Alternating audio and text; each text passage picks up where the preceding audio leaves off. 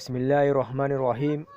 الحمد لله رب العالمين، وأصلي وأسلم على نبينا محمد وعلى أهله وأصحابه أجمعين. أما بعد. Al-Arba'in Nawawiyah, explanation of Imam An-Nawawi's 40 Hadith by Sheikh Salih Fawzan Hafidahullah.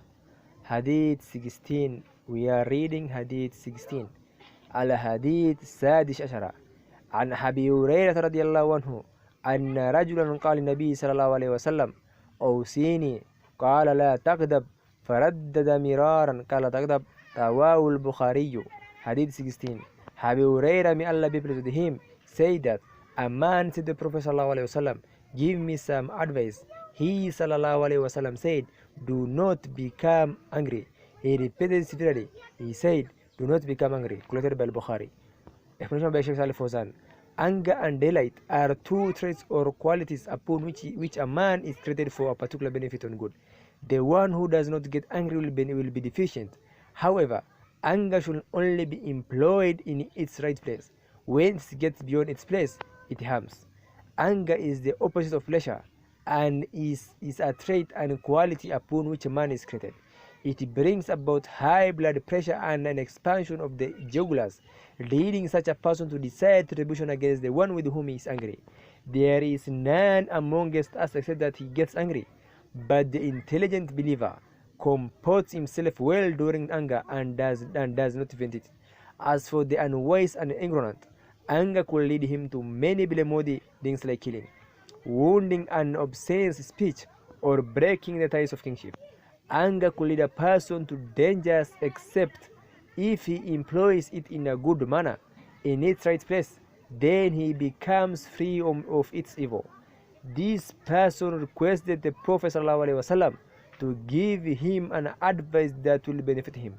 So the Prophet ﷺ said to him, do not become angry. As if the man underrated this advice, and so he repeated the request of the Prophet ﷺ, and each time he would say to him, do not become angry, and did not say more than that. What was wisdom behind that? One of the scholars said, maybe this man is known for anger, and the Prophet ﷺ will answer each person according to his need. Therefore, the Messenger ﷺ gave him that advice because of his knowledge of his condition, although it is an advice for him and others than him. Every person is encouraged not to be angry because of the harms that result from anger. There is none among us who does not get angry, but the intelligent believer takes to forbearance, because Allah the Mighty and Sublime, regarding the attributes of the believers, said, وَإِذَا مَا غَضِبُوا هُمْ يَغْفِرُونَ, and when they are angry they forgive. Ashura ayat 7.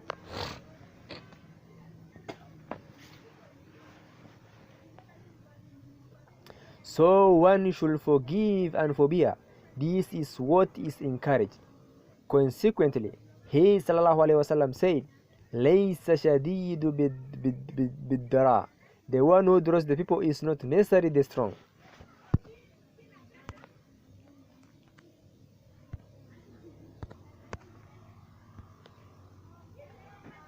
That is, the powerful who draws the people is not necessarily the strong. Al-Shadidu alladhi yamliku nafsahu in al-ghadab, but the strong is he who controls himself during the anger. This is the one who is really strong, he who restrains himself during the anger. The Messenger sallallahu alaihi wasallam used to get angry, but he will not vent it except if the anger is for the sake of Allah, the Mighty and Sublime. He was lenient and never retaliated for himself despite the difficulties he faced from the people. But if the sanctity of Allah, the Mighty and Sublime, is broken, he gets angry for the sake of Allah and not for himself. He will forbear, forgive, and be nice to the one who has angered him because of his saying, فَمَنْ آفَ وَأَصْلَحَ فَأَجْرُهُ Allah. But whoever forgives and makes reconciliation, his reward is due from Allah. Ashura 40. So this is the medication for anger. Firstly, as much as possible, do not get angry. Secondly, when you get angry, do not express it. Rather, you should exercise patience endurance and forbearance.